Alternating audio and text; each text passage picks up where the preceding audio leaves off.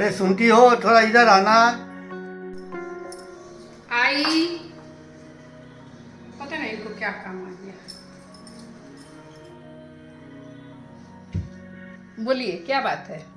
बोल रहे थे कि कल बंगाल तो बंद रहेगा, तो कुछ लाना है क्या? लाना होगा तो आज ही लाना होगा। क्या लाने? अच्छा, कल बंगाल बंद है क्या?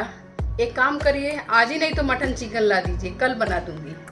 यार हमेशा मटन चिकन कहती रहती हो।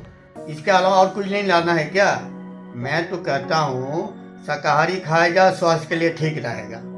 कहाँ जी मटन चिकन कहते हैं। पहले तो एक महीना सावन गया, सावन खत्म हुआ तो जन्माष्टमी आया, जन्माष्टमी खत्म हुआ तो आज है मंगलवार, कल बुधवार को भी नहीं बनाऊंगी क्या? ओके माय डियर, आपने बोल दिया तो जरूर बनेगा। हेलो माय डियर, बाजार से तुम्हारा सामान ला दिए। दीजिए। क्या लाए?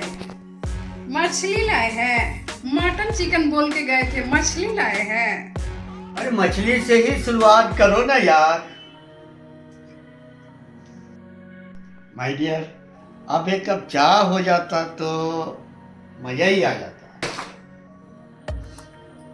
सैया मिले लड़ी कैया मैं क्या करूं, सैया मिले लड़ी कैया मैं क्या करूं, सैया मिले लड़ी